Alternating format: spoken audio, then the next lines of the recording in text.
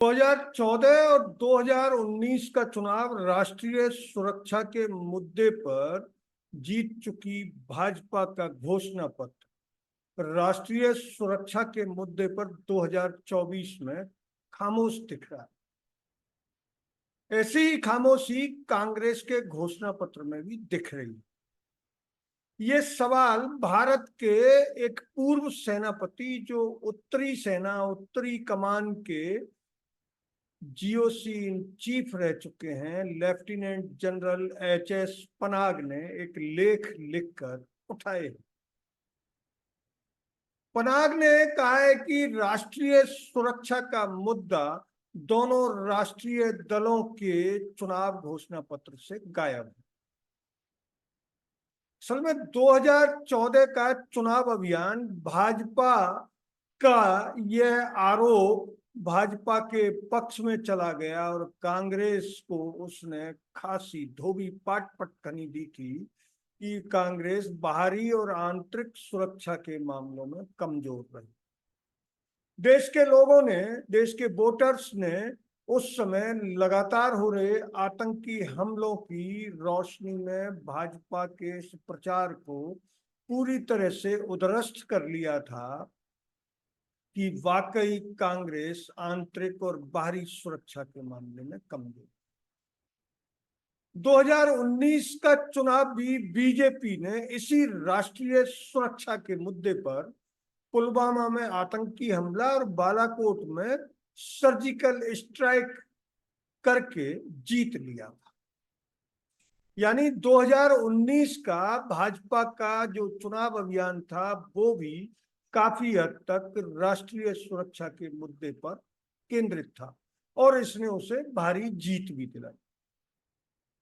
पनाग ने एक लेख लिखकर ये पूछा है कि 2024 के चुनाव अभियान में राष्ट्रीय सुरक्षा के मुद्दे राष्ट्रीय राजनीतिक दलों के घोषणा पत्र से क्यों गायब।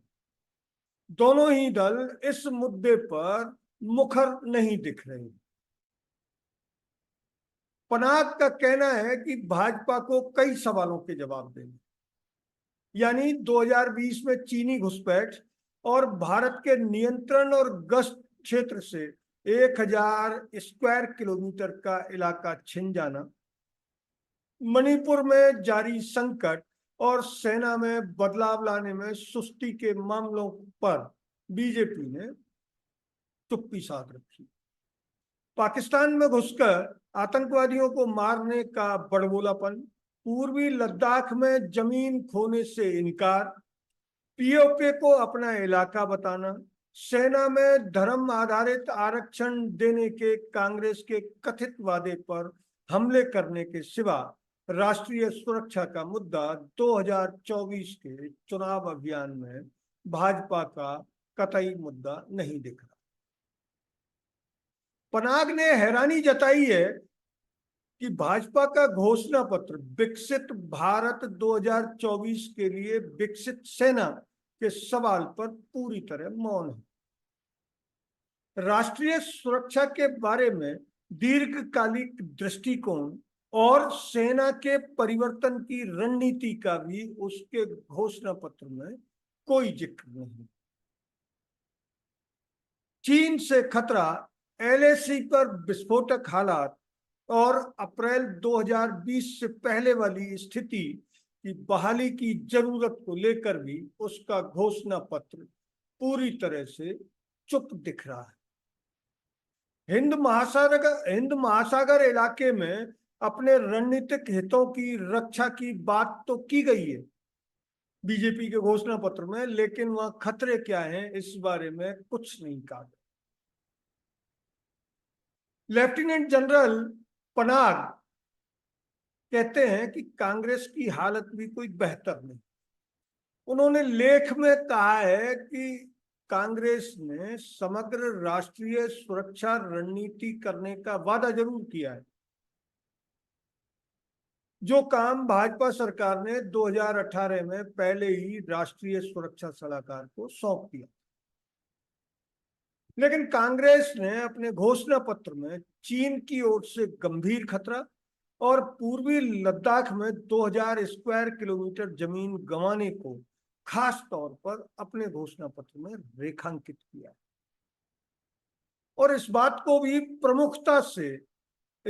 भी प्रमुखता से उल्लेख किया है कि प्रधानमंत्री नरेंद्र मोदी ने चीन को क्लीन चिट देकर वार्ता में भारत को कमजोर बना दिया।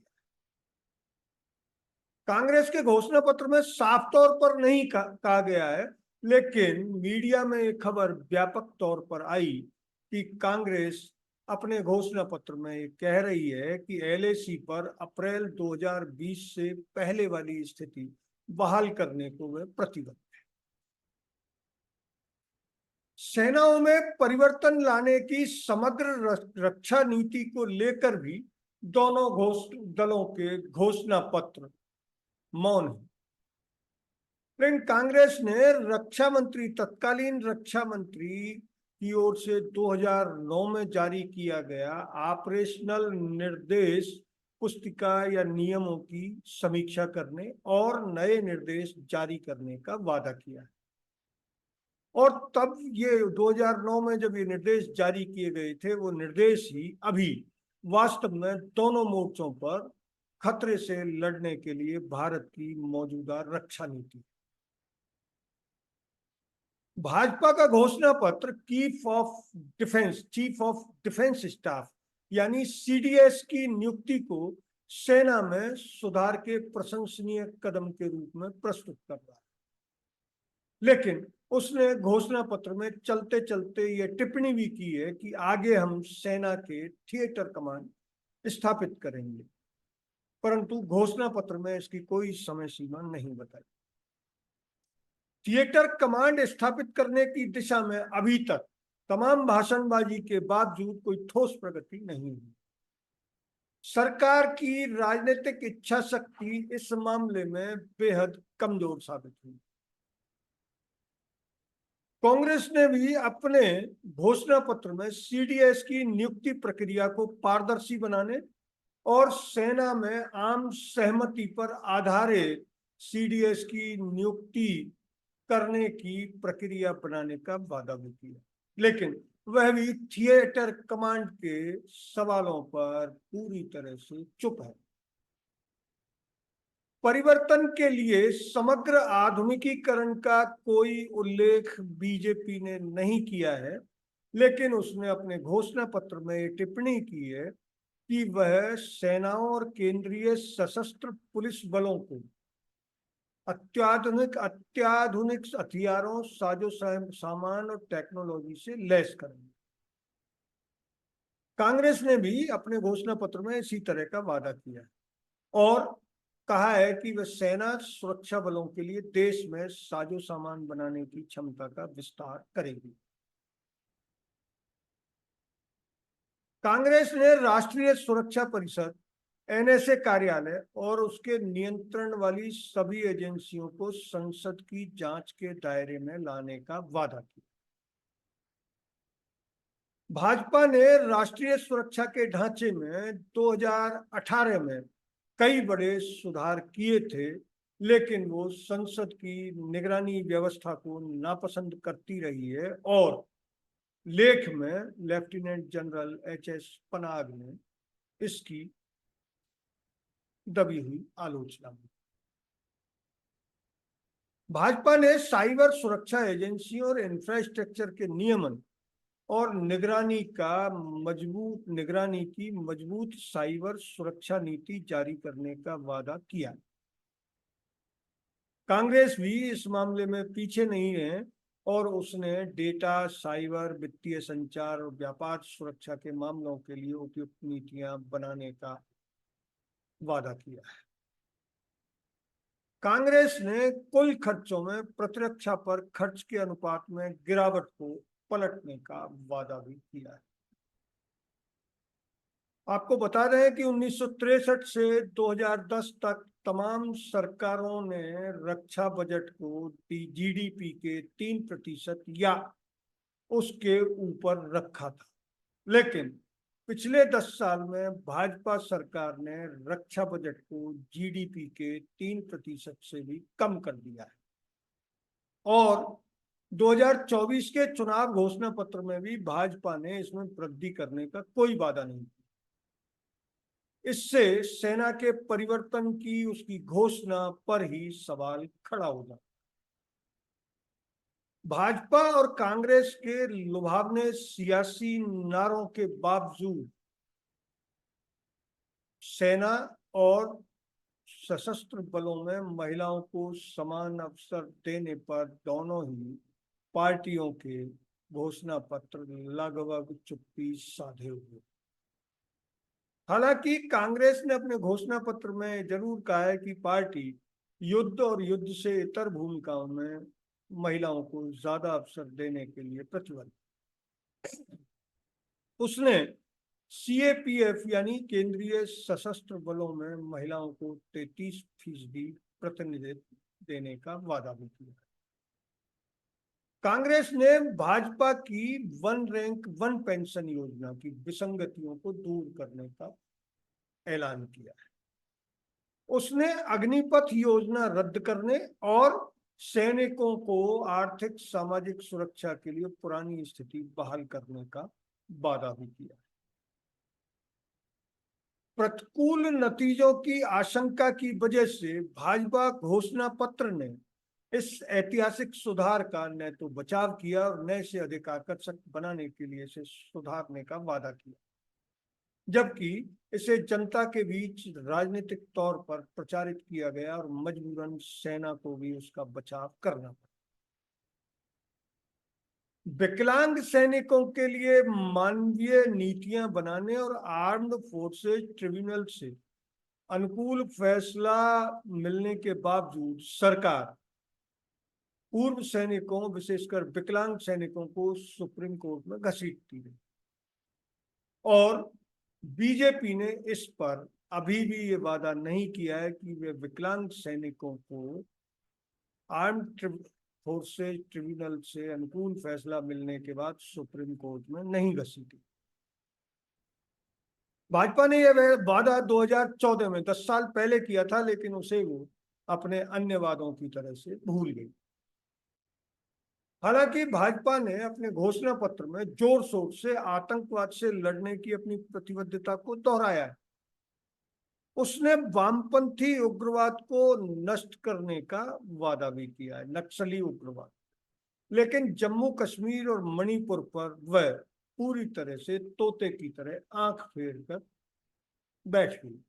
उसने नागरिकता संशोधन कानून सीए लागू करने का वादा तो किया है, जिस पर कांग्रेस ने चुप्पी साधी है, लेकिन जम्मू कश्मीर और मणिपुर पर उसने एक शब्द भी नहीं कहा। कांग्रेस ने अपने घोषणा पत्र में नफरत भरे भाषणों, बयानों, नफरत से किए गए अपराधों, सांप्रदायिक दंगों, महिलाओं के खिलाफ अपराधों, भीड़ द्वारा हत्याएं, लिंचिंग और बुलडोजर मार का न्याय पर रोक लगाने का वादा किया है। राष्ट्रीय खुफिया ग्रिड और राष्ट्रीय आतंकवाद विरोधी केंद्र, जो 2008 में तत्कालीन यूपीए सरकार का एजेंडा अधूरा रह गया था, उसको भी सक्रिय करने का वादा किया। कांग्रेस ने राज्यों की पुलिस को मजबूत करने का वादा तो किया है, लेकिन पुलिस सुधारों पर वह खामोश है।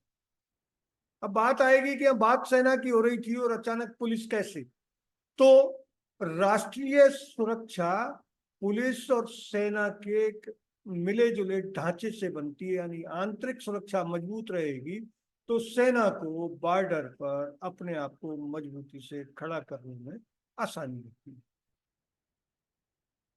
General HS. पनाग ने अपनी टिप्पणी की है कि सेना में परिवर्तन किए बिना भारत वैश्विक महाशक्ति नहीं बन सकता। भले ही भाजपा और कांग्रेस इस पर कितने ही गाल बजा लें, लेकिन उनको सेना में परिवर्तन करना ही।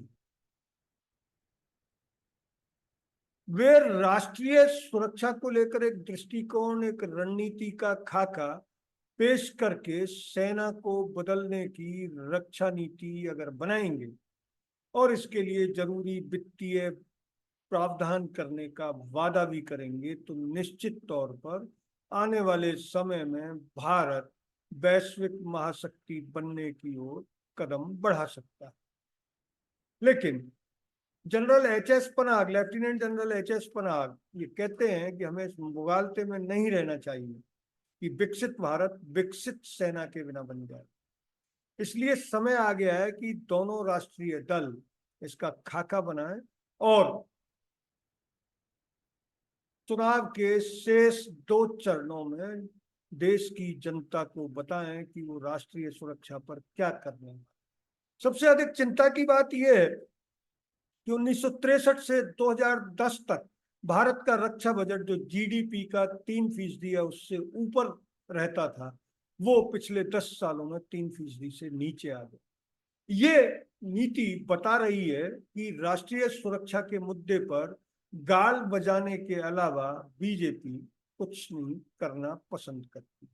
हालांकि उसने लॉजिस्टिक सुविधाएं बढ़ाने के लिए काफी प्रयास किए हैं और लेफ्टिनेंट जनरल एच.एस. पनाग समेत सेना के पूर्व अधिकारियों ने इसके लिए उसकी प्रशंसा भी की। लेकिन इन्फेंट्री मोर्चे पर तैयारियों में बीजेपी इस पूरी तरह से पिछड़ गई, यानी बीजेपी की सरकार पिछड़ गई। अगर ये वीडियो आपको अच्छा लगा तो इसे लाइक करें, शेयर करें और हाँ, चैनल को सब्सक्राइब जरूर करें। धन्यवाद। जय हिंद।